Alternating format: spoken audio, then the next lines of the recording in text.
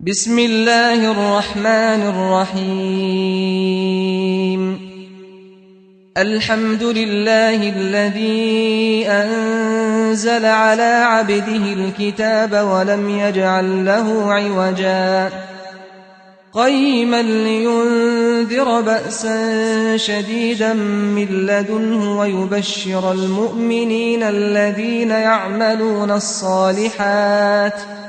ويبشر المؤمنين الذين يعملون الصالحات أن لهم أجرا حسنا ماكثين فيه أبدا وينذر الذين قالوا اتخذ الله ولدا ما لهم به من علم ولا لآبائهم كبرت كلمة تخرج من أفواههم إن يقولون إلا كذبا فلعلك باخع نفسك على آثارهم إن لم يؤمنوا بهذا الحديث أسفا إنا جعلنا ما على الأرض زينة لها لنبلوهم أيهم أحسن عملا وإنا لجاعلون ما عليها صعيدا جرزا أم حسبت أن أصحاب الكهف والرقيم كانوا من آياتنا عجبا إذ أوى الفتية إلى الكهف فقالوا ربنا آتنا من لدنك رحمة وهيئ لنا من أمرنا رشدا فضربنا على آذانهم في الكهف سنين عددا ثم بعثناهم لنعلم أي الحزبين أحصى لما لبثوا أمدا نحن نقص عليك نبأهم بالحق إنهم فتية آمنوا بربهم وزدناهم هدى وربطنا على قلوبهم إذ قاموا فقالوا ربنا رب السماوات والأرض لن ندعو من دونه إلها لقد قلنا إذا شططا هؤلاء قومنا اتخذوا من دونه آلهة لولا يأتون عليهم بسلطان بين فمن أظلم ممن افترى على الله كذبا وإذ اعتزلتموهم وما يعبدون إلا الله فأووا إلى الكهف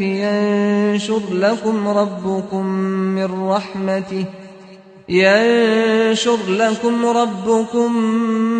من رحمته ويهيئ لكم من أمركم مرفقا وترى الشمس إذا طلعت تزاور عن كهفهم ذات اليمين وإذا غربت تقرضهم ذات الشمال وهم في فجوة منه ذلك من آيات الله من يهد الله فهو المهتد ومن يضلل فلن تجد له وليا مرشدا وتحسبهم أيقاظا وهم رقود ونقلبهم ذات اليمين وذات الشمال وكلبهم باسط ذراعيه بالوصيد لو اطلعت عليهم لوليت منهم فرارا ولملئت منهم رعبا وكذلك بعثناهم ليتساءلوا بينهم قال قائل منهم كم لبثتم قالوا لبثنا يوما أو بعض يوم قالوا ربكم أعلم بما لبثتم فابعثوا أحدكم بورقكم هذه إلى المدينة فلينظر أيها أزكى طعاما فليأتكم برزق منه وليتلطف ولا يشعرن بكم أحدا إنهم إن يظهروا عليكم يرجموكم أو يعيدوكم في ملتهم ولن تفلحوا إذا أبدا وكذلك أعثرنا عليهم ليعلموا أن وعد الله حق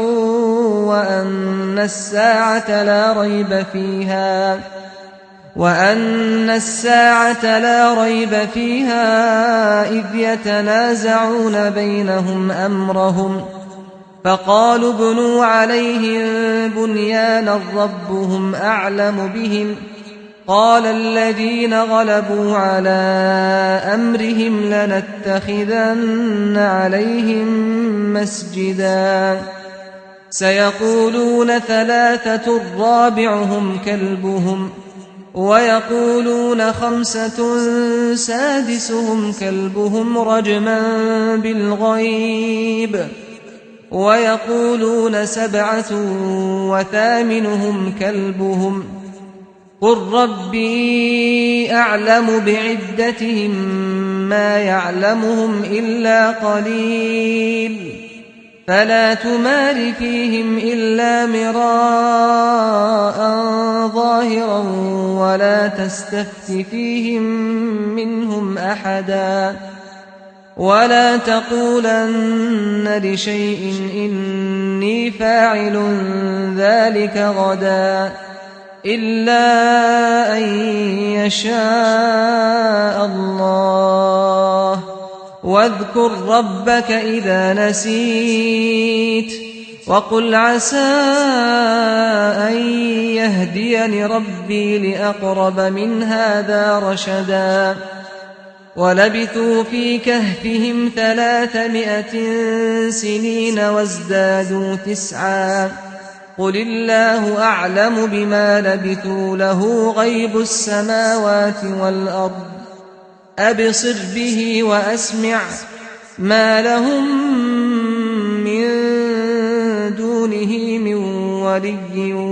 ولا يشرك في حكمه أحدا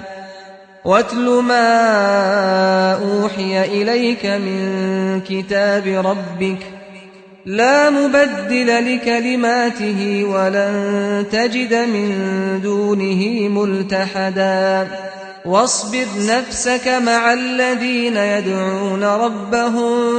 بالغداة والعشي يريدون وجهه ولا تعد عيناك عنهم تريد زينة الحياة الدنيا ولا تطع من أغفلنا قلبه عن ذكرنا واتبع هواه وكان أمره فرطا وقل الحق من ربكم فمن شاء فليؤمن ومن شاء فليكفر إنا أعتدنا للظالمين نارا أحاط بهم سرادقها وإن يستغيثوا يغاثوا بماء كالمهل يشوي الوجوه بئس الشراب وساءت مرتفقا إن الذين آمنوا وعملوا الصالحات إنا لا نضيع أجر من أحسن عملا أولئك لهم جنات عدن تجري من تحتهم الأنهار يحلون فيها من أساور من ذهب ويلبسون ثيابا خضرا من سندس وإستبرق متكئين فيها على الأرائك نعم الثواب وحسنت مرتفقا واضرب لهم مثل الرجلين جعلنا لأحدهما جنتين من أعناب وحففناهما بنخل وجعلنا بينهما زرعا كلتا الجنتين آتت أكلها ولم تظلم منه شيئا وفجرنا خلالهما نهرا وكان له ثمر فقال لصاحبه وهو يحاوره أنا أكثر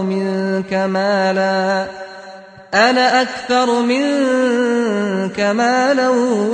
وأعز نفرا ودخل جنته وهو ظالم لنفسه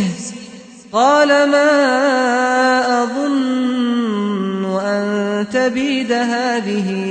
أبدا وما أظن الساعة قائمة ولئن رددت إلى ربي لأجدن خيرا منها منقلبا قال له صاحبه وهو يحاوره أكفرت بالذي خلقك من تراب ثم من نطفة ثم سواك رجلا لكن هو الله ربي ولا أشرك بربي أحدا ولولا إذ دخلت جنتك قلت ما شاء الله لا قوة إلا بالله إن ترني أنا أقل منك مالا وولدا فعسى ربي أن يؤتيني خيرا من جنتك ويرسل عليها حسبانا من السماء فتصبح صعيدا زلقا أو يصبح ماؤها غورا فلن تستطيع له طلبا وأحيط بثمره فأصبح يقلب كفيه على ما أنفق فيها وهي خاوية على عروشها ويقول يا ليتني لم أشرك بربي أحدا ولم تكن له فئة ينصرونه من دون الله وما كان منتصرا هنالك الولاية لله الحق هو خير ثوابا وخير عقبا واضرب لهم مثل الحياة الدنيا كماء أنزلناه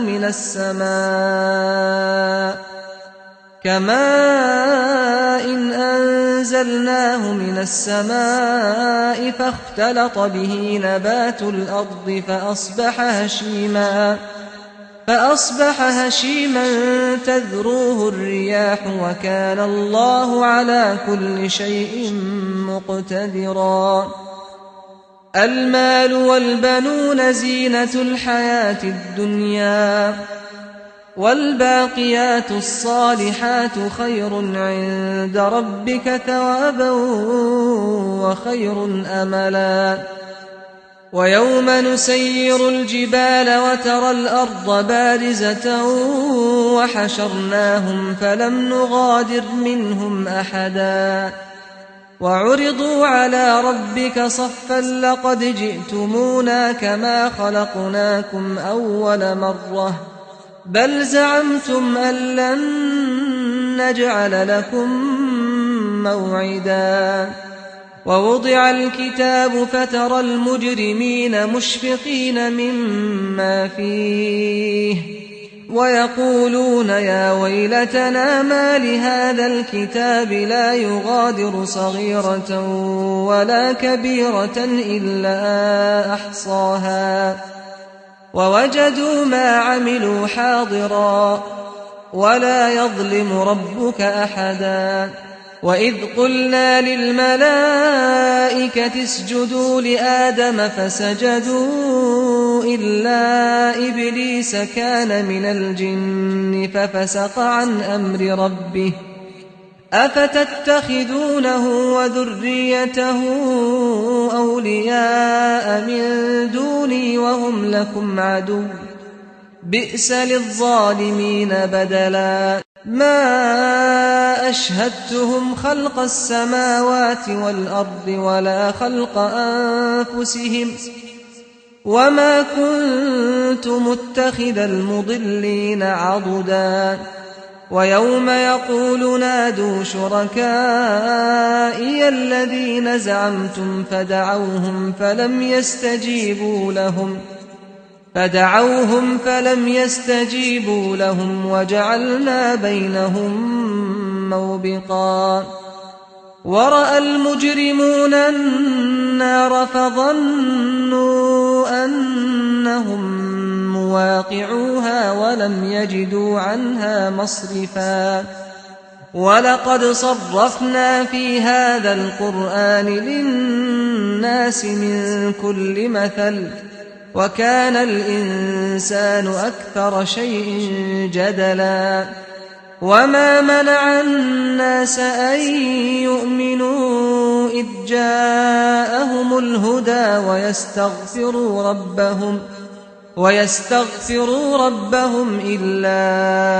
أن تأتيهم سنة الأولين أو يأتيهم العذاب قبلا وما نرسل المرسلين إلا مبشرين ومنذرين ويجادل الذين كفروا بالباطل ليدحضوا به الحق واتخذوا آياتي وما أنذروا هزوا ومن أظلم ممن ذكر بآيات ربه فأعرض عنها ونسي ما قدمت يداه إنا جعلنا على قلوبهم أكنة أن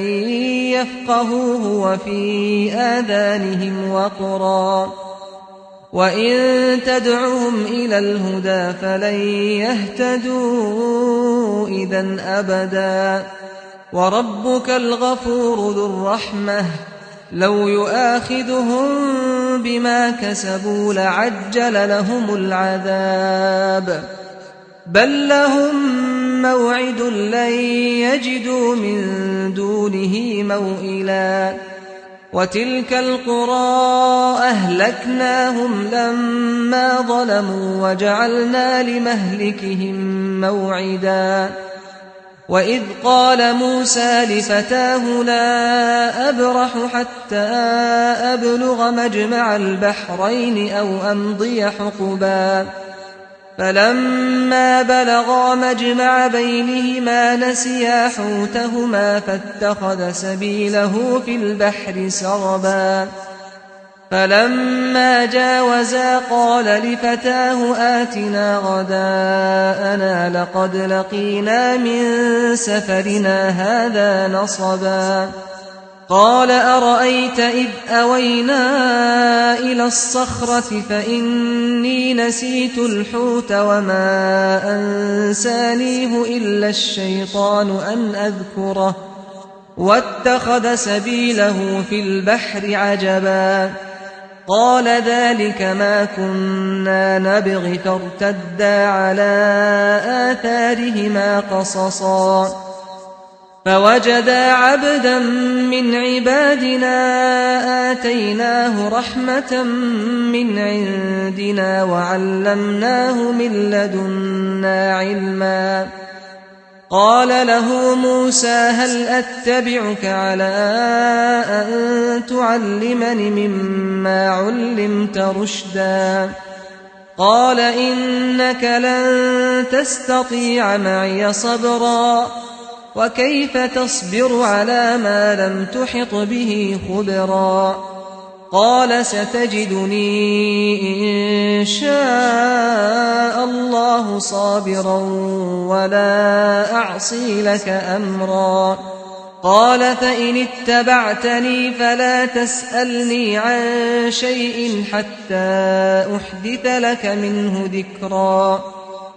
فانطلقا حتى إذا ركبا في السفينة خرقها قال أخرقتها لتغرق أهلها لقد جئت شيئا إمرا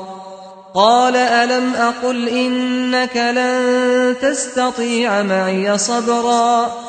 قال لا تؤاخذني بما نسيت ولا ترهقني من أمري عسرا فانطلقا حتى إذا لقيا غلاما فقتله قال أقتلت نفسا زكية بغير نفس لقد جئت شيئا نكرا قال ألم أقل لك إنك لن تستطيع معي صبرا قال إن سألتك عن شيء بعدها فلا تصاحبني قد بلغت من لدني عذرا فانطلقا حتى إذا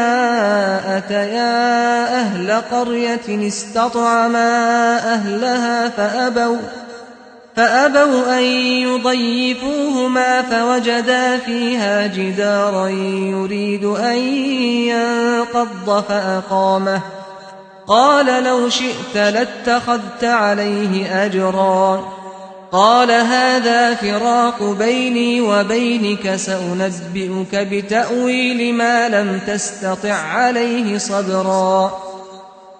أما السفينة فكانت لمساكين يعملون في البحر فأردت أن أعيبها وكان وراءهم ملك يأخذ كل سفينة غصبا وأما الغلام فكان أبواه مؤمنين فخشينا أن يرهقهما طغيانا وكفرا فأردنا أن يبدلهما ربهما خيرا منه زكاة وأقرب رحما وأما الجدار فكان لغلامين يتيمين في المدينة وكان تحته كنز لهما وكان أبوهما صالحا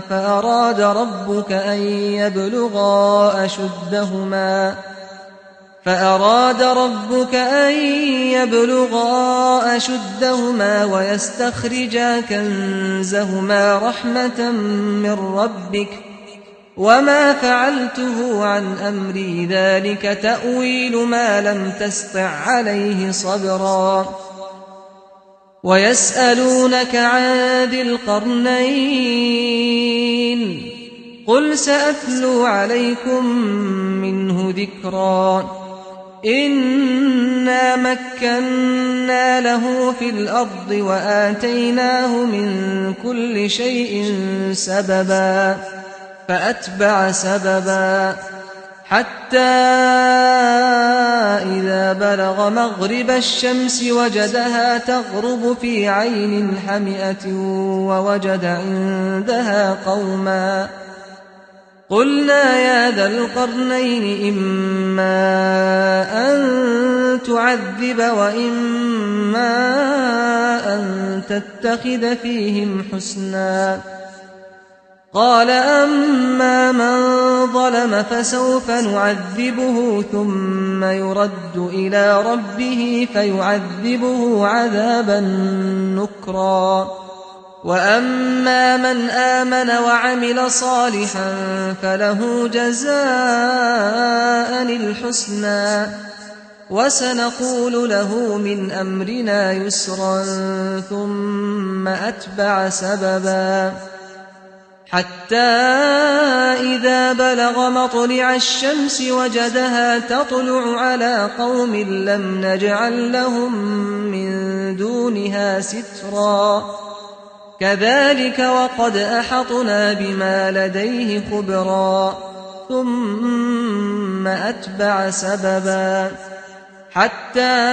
إذا بلغ بين السدين وجد من دونهما قوما لا يكادون يفقهون قولا قالوا يا ذا القرنين إن يأجوج ومأجوج مفسدون في الأرض فهل نجعل لك خرجا على أن تجعل بيننا وبينهم سدا قال ما مكني فيه ربي خير فأعينوني بقوة أجعل بينكم وبينهم ردما آتوني زبر الحديد حتى إذا ساوى بين الصدفين قال انفخوا حتى إذا جعله نارا قال آتوني أفرغ عليه قطرا فما استطاعوا أن يظهروه وما استطاعوا له نقبا قال هذا رحمة من ربي فإذا جاء وعد ربي جعله دكاء وكان وعد ربي حقا وتركنا بعضهم يومئذ يموج في بعض ونفخ في الصور فجمعناهم جمعا وعرضنا جهنم يومئذ للكافرين عرضا الذين كانت أعينهم في غطاء عن ذكري وكانوا لا يستطيعون سمعا أفحسب الذين كفروا أن يتخذوا عبادي من دوني أولياء إنا أعتدنا جهنم للكافرين نزلا قل هل ننبئكم بالأخسرين أعمالا الذين ضل سعيهم في الحياة الدنيا وهم يحسبون أنهم يحسنون صنعا أولئك الذين كفروا بآيات ربهم ولقائه فحبطت أعمالهم فلا نقيم لهم يوم القيامة وزنا ذلك جزاؤهم جهنم بما كفروا واتخذوا آياتي ورسلي هزوا إن الذين آمنوا وعملوا الصالحات كانت لهم جنات الفردوس نزلا خالدين فيها لا يبغون عنها حولا قل لو كان البحر مدادا لكلمات ربي لنفد البحر قبل أن تنفد كلمات ربي